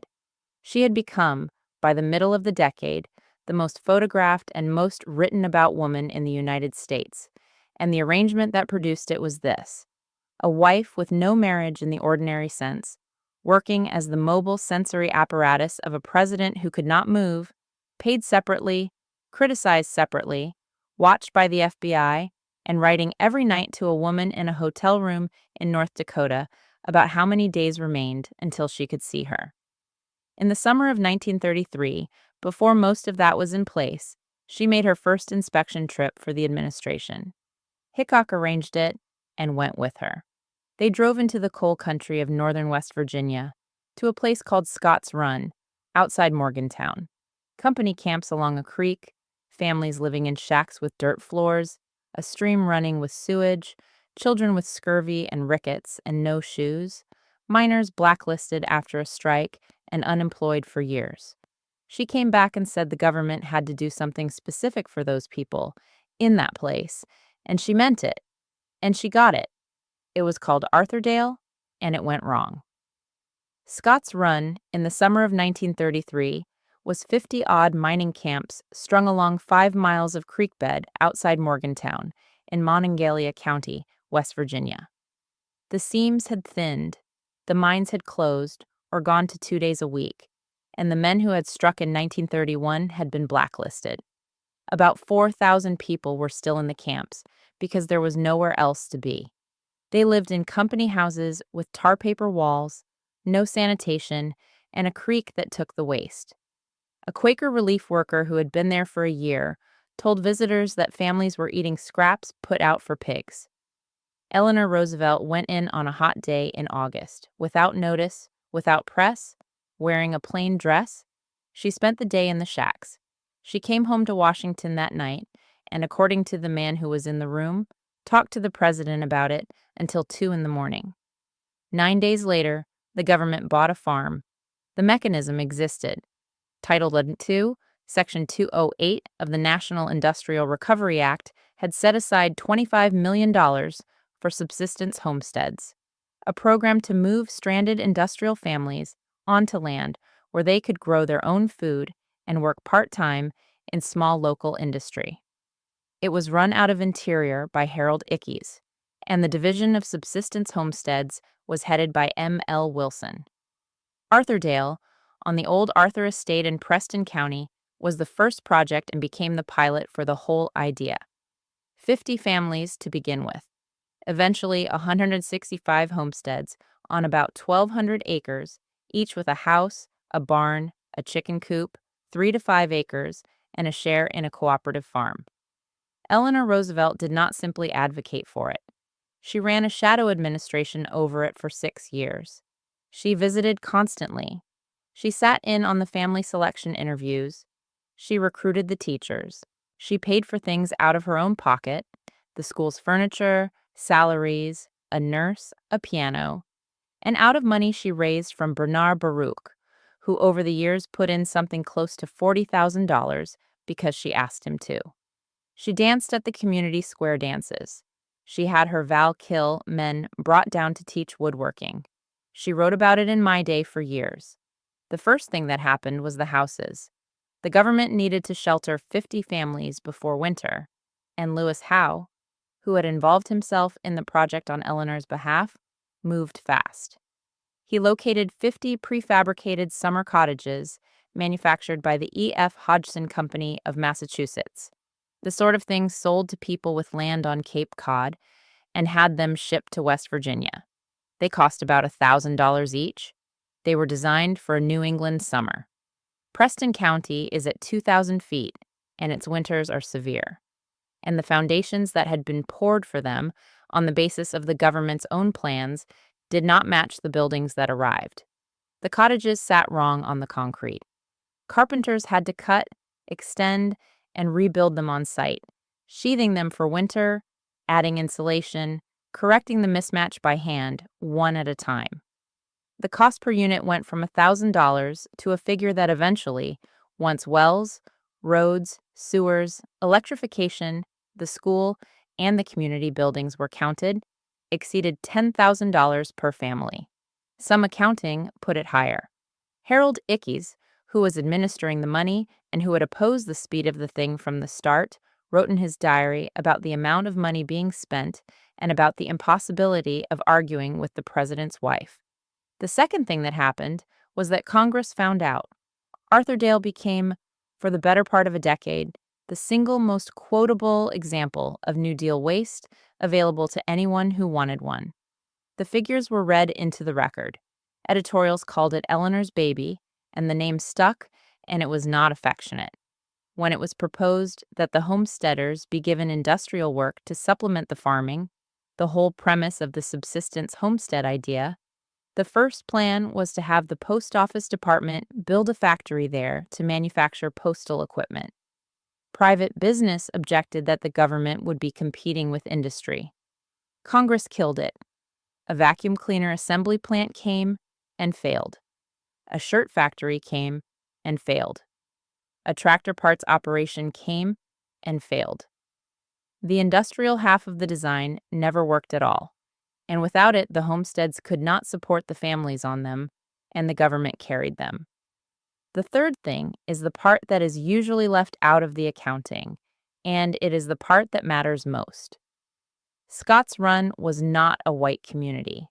There were black miners in those camps, and there were immigrant families, Italian, Hungarian, Polish, Croatian, and they were in the same shacks on the same creek, in some cases worse ones. The selection committee for Arthurdale admitted only white American-born families of Northern European descent. Black families were excluded, so, in practice, were the foreign-born. The stated reasons at the time were about community cohesion and about the certainty that local West Virginians would not accept an integrated settlement, and that was almost certainly true of the local population. The decision was made at the project level and defended on those grounds. Eleanor Roosevelt was consulted. She was in the room for family selections. She argued about it and lost, and, this is the point, stayed. She stayed for 6 years, paid for the school, raised the money, danced at the dances, and wrote about Arthurdale in her national column as a demonstration of what the country could do for its people, while the settlement it demonstrated was closed by race.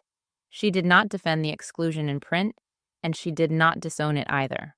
What she did was proceed, and the proceeding was the position. This was not a lapse against an otherwise clean record. It was the shape of her whole approach, and the same years show it working the other way. In 1934, she was photographed with Walter White of the NAACP and pressed her husband on the Costigan-Wagner anti-lynching bill. He told her, in front of White, that he could not support it because the Southern chairman controlled every committee in Congress and would strangle the entire domestic program if he did. She kept raising it for years, and he never moved. In 1936, she began appearing at the Southern Conference for Human Welfare and at black colleges. In Birmingham in 1938, at that conference, the police told her that the seating had to be segregated by city ordinance. She had a chair placed in the center aisle and sat in it. In 1939, when the Daughters of the American Revolution refused Constitution Hall to Marian Anderson, she resigned from the DAR, said so in my day, and the concert went to the Lincoln Memorial, and 75,000 people came. In 1941, she flew with a black instructor at Tuskegee, Charles Alfred Anderson, and had the photograph taken and released. And the 99th Pursuit Squadron got its funding. Every one of those was real, and every one of them cost her, in mail, in the South, in her husband's political calculations. And none of them was ever allowed to reach the point of forcing a decision he did not want to make. She was permitted to be the administration's conscience precisely because everyone involved understood that her conscience was not the administration. She said as much herself, though never quite in those words. Asked about the difference between her positions and the president's, her standard formulation was that she spoke only for herself. There is a further Arthurdale detail that belongs here. Among the people the project employed was a man named Nat Ross, who ran a project there, and among the people she brought into the orbit of West Virginia relief work was Clarence Pickett of the American Friends Service Committee, who became a lifelong ally. There was also Elsie Clapp, the progressive educator Eleanor installed to run the Arthurdale School, whose salary she paid personally. The school was, by contemporary accounts, genuinely good. small classes, health services, a nursery, adult education, a curriculum built around the community. It also cost more per child than any public school in West Virginia. And when Eleanor's money and Baruch's money stopped, the county took the school over and it became an ordinary county school. By 1941, the government had spent, on all of the homestead communities, sums that could not be defended per family. The war ended the argument by ending the unemployment. Arthurdale was liquidated in 1946 and 1947. The houses were sold off, mostly to the families living in them, at prices well below what the government had put into them. The families themselves, interviewed decades later, gave a verdict that does not fit the congressional record at all.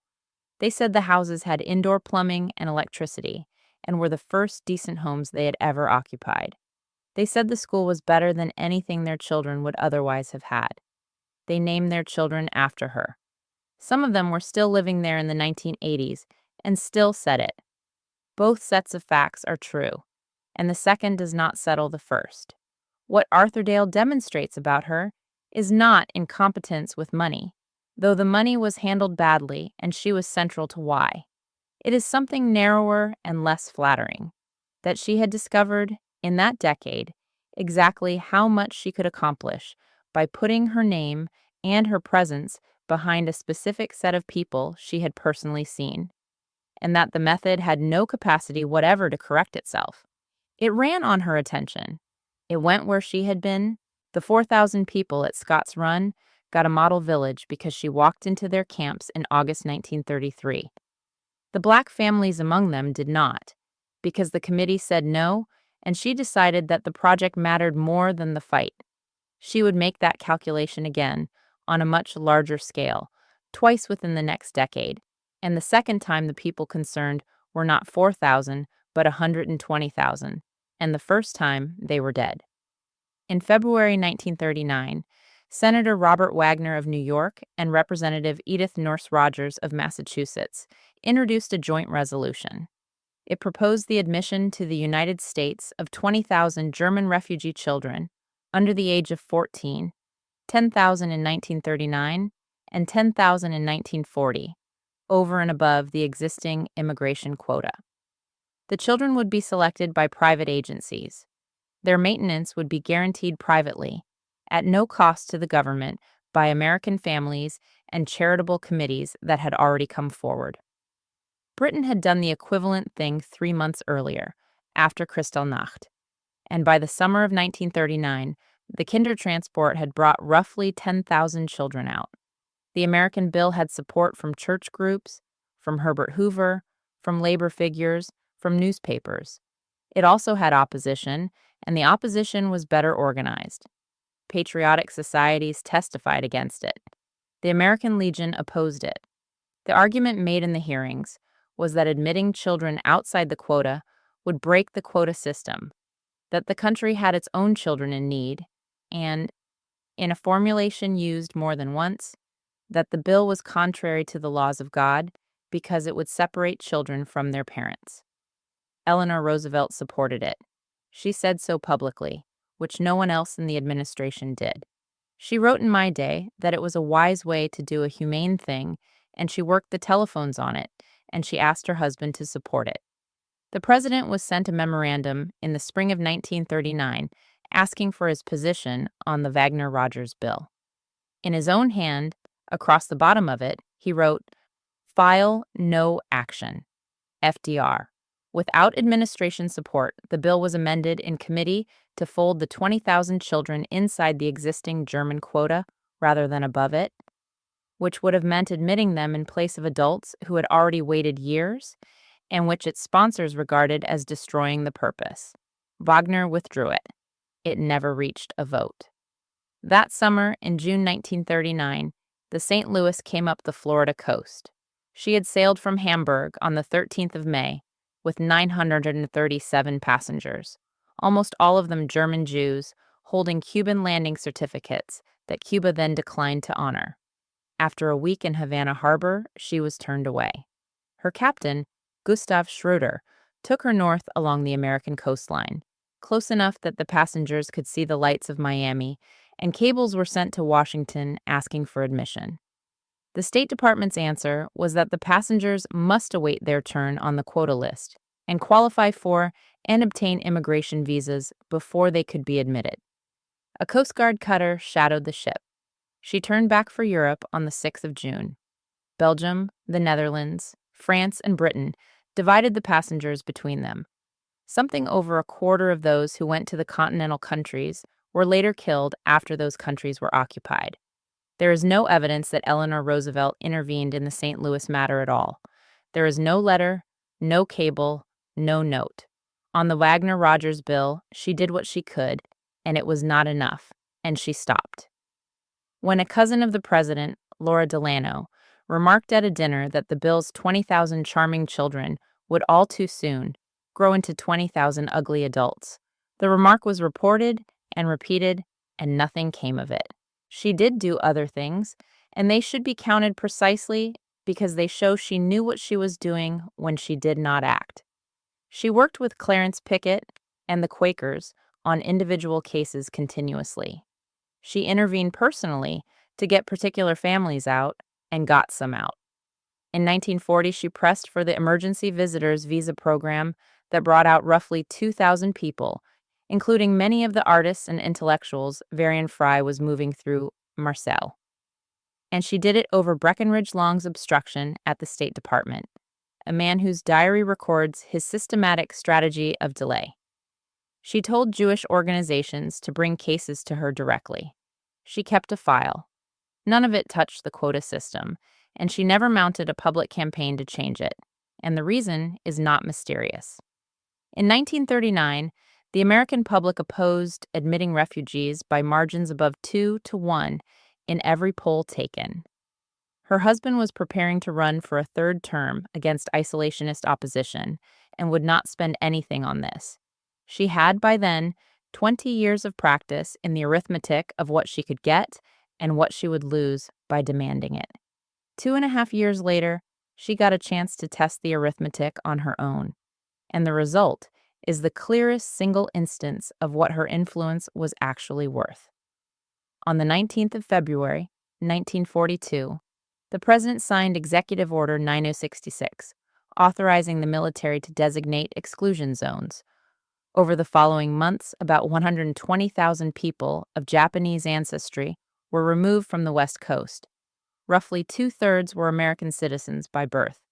They were held first at assembly centers, including a racetrack at Santa Anita, where families lived in horse stalls, and then moved to 10 camps in the interior deserts and swamps.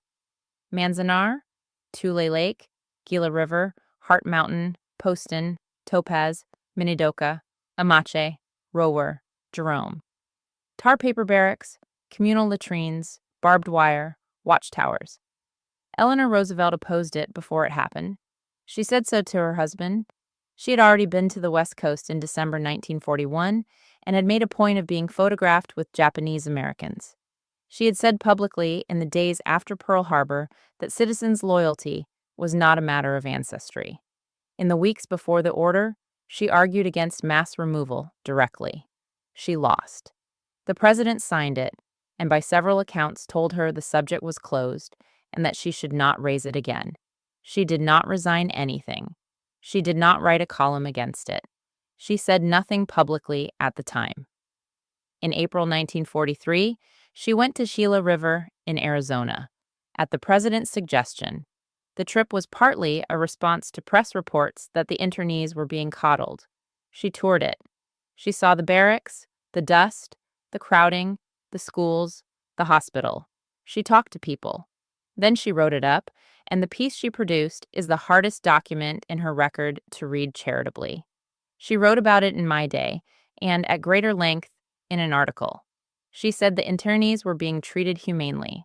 She praised the camp administration. She emphasized the loyalty of the Nisei and pressed the case for the segregated combat unit and for releasing students and workers out of the camps into the interior, which was the practical thing she then spent 2 years lobbying for and which did move. Thousands of people were released to jobs and colleges in the Midwest and East, and she pushed for it repeatedly. And she explained the removal to the American public in terms that accepted its premise.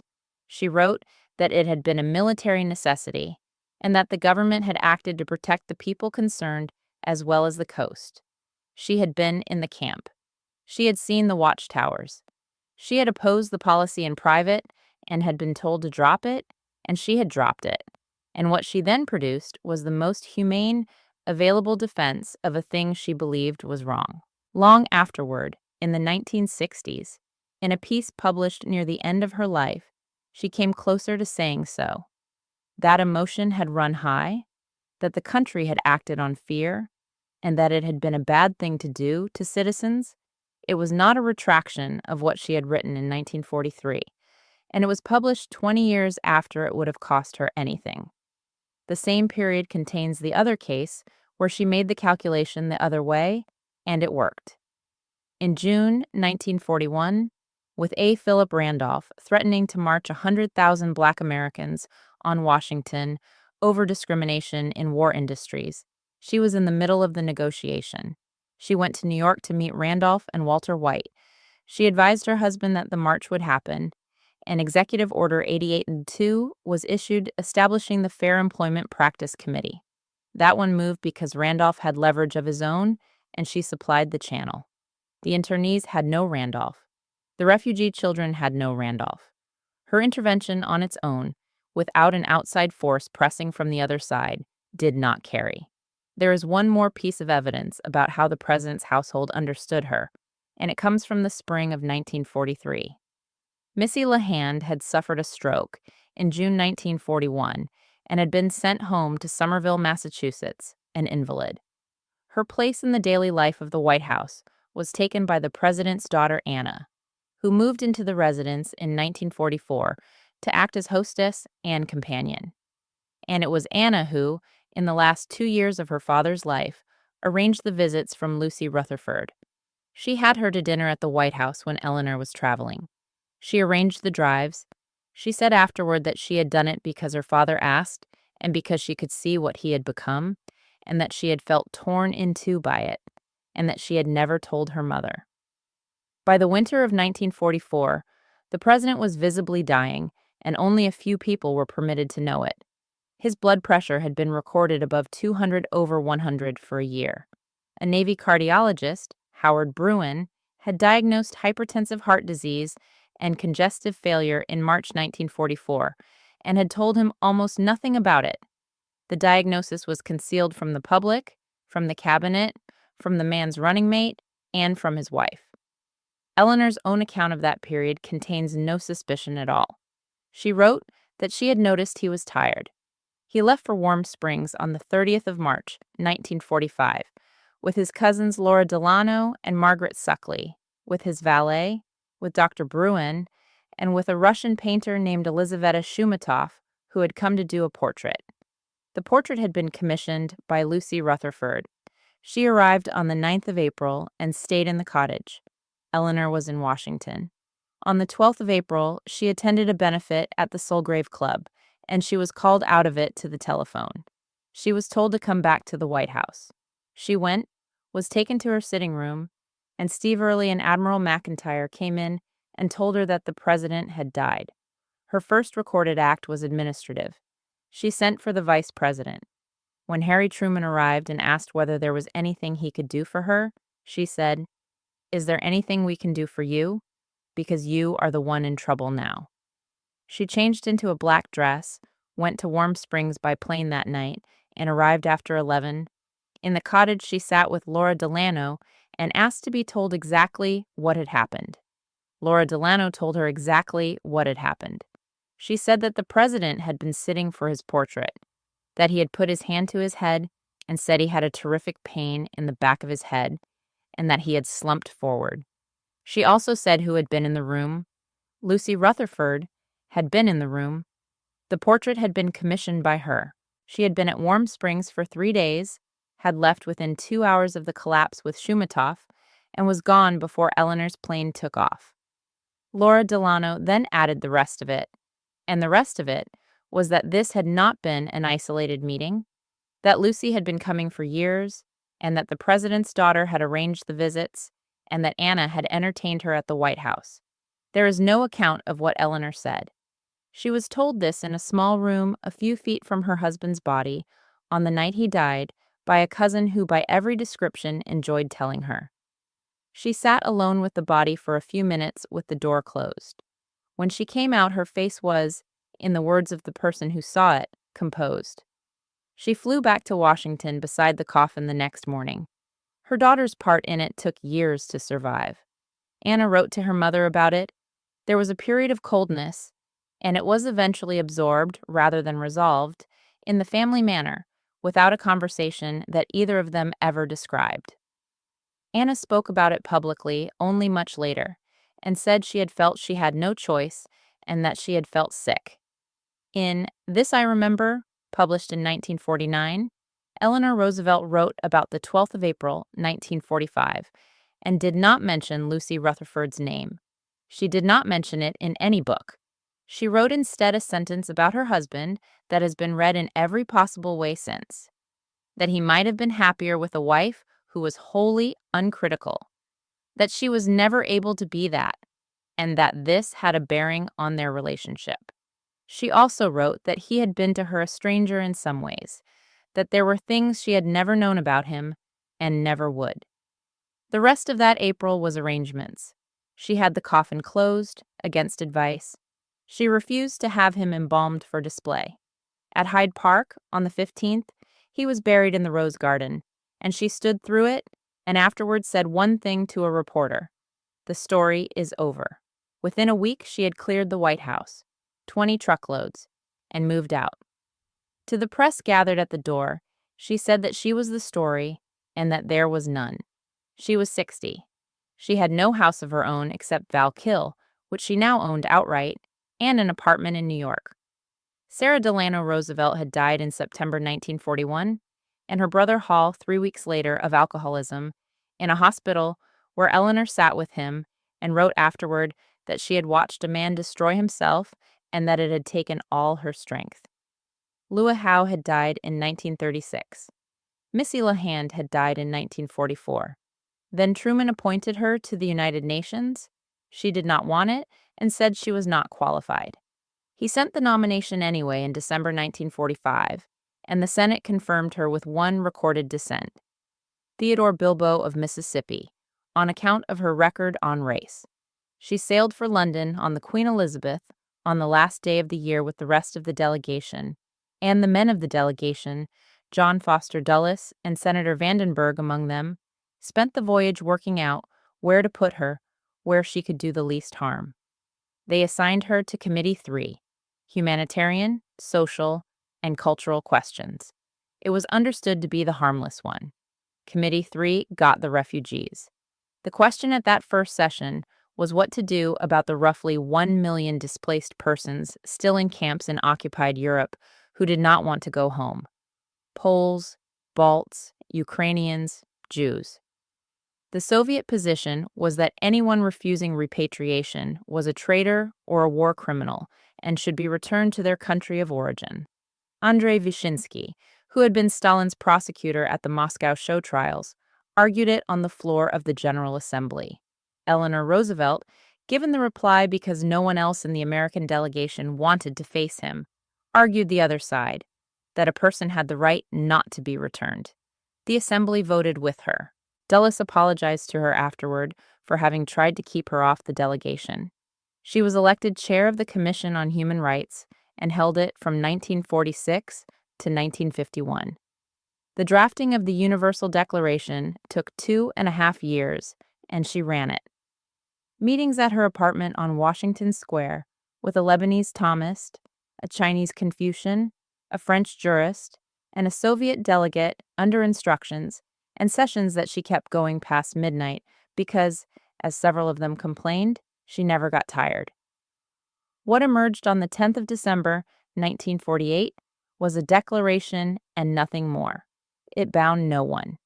The proposal to make it a treaty with enforcement was split off into covenants that took until 1966 to conclude, and the United States, which had led the drafting, did not ratify the principal one for another 26 years after that. She knew what she had. She said in the assembly that it was not a treaty and not an agreement, and might well become the international Magna Carta of all men everywhere. She was arguing for a document whose only power was that it existed. It passed 48 to nothing, with 8 abstentions: the Soviet bloc, Saudi Arabia, and South Africa. The delegates stood and applauded her, which was not a thing the General Assembly did. The last decade was work and family in that order. She wrote My Day 6 days a week until 2 months before she died. She traveled constantly: India, Japan, Israel, Morocco, the Soviet Union twice, where she interviewed Khrushchev at Yalta in 1957 and printed his answers. She campaigned for Stevenson in 1952 and 1956, and again pushed him at Los Angeles in 1960. And when she finally met Kennedy, she made him wait and then extracted commitments. She sat on the board of the NAACP, went to Tennessee for the Highlander Folk School in 1958 with a Klan bounty on her, and drove there anyway with an unarmed elderly friend. Her children provided the other kind of news.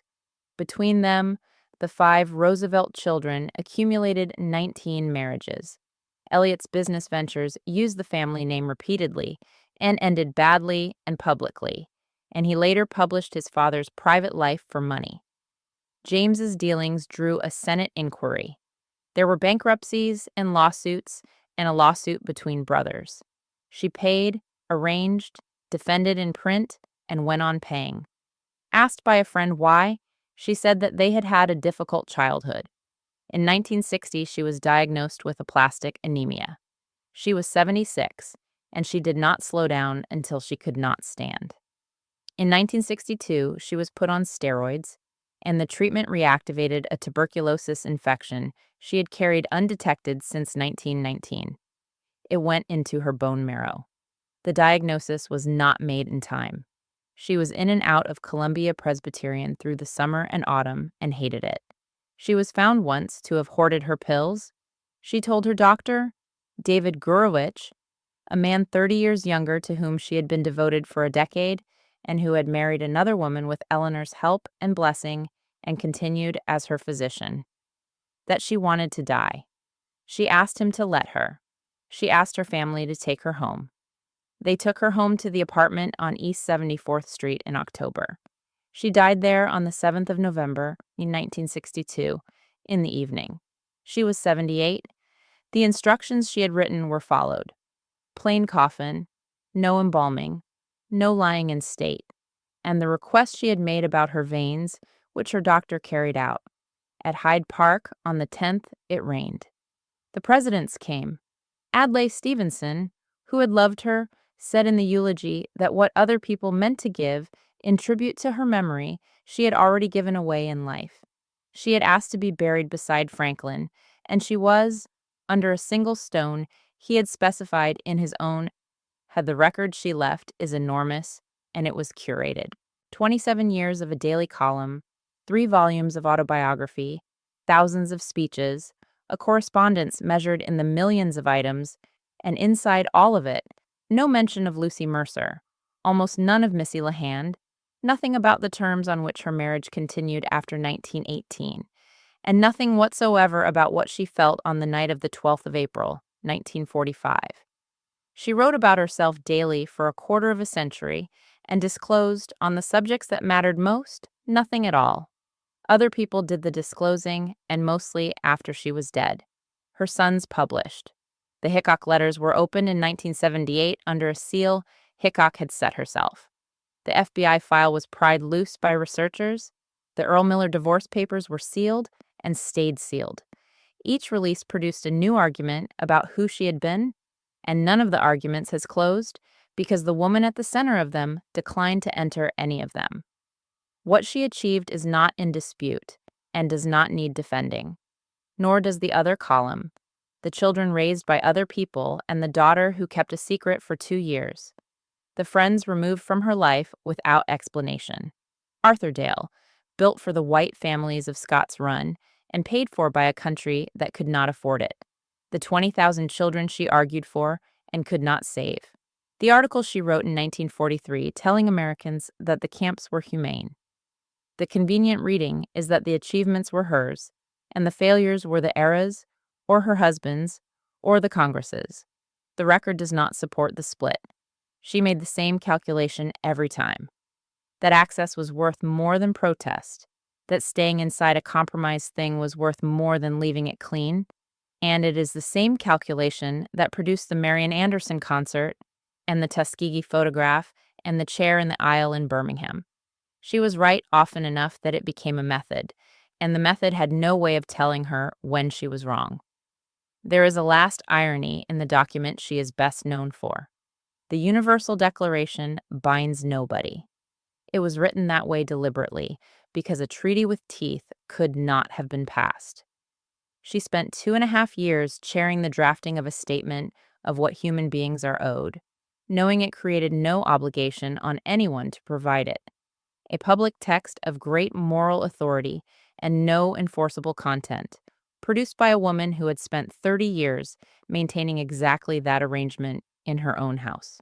She asked at the end that her veins be opened before burial.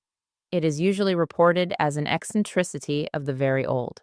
She had spent her life in rooms where the appearance held and the interior was not to be examined, and she seems to have wanted, once, to be certain. And years before, their names and the dates and nothing else.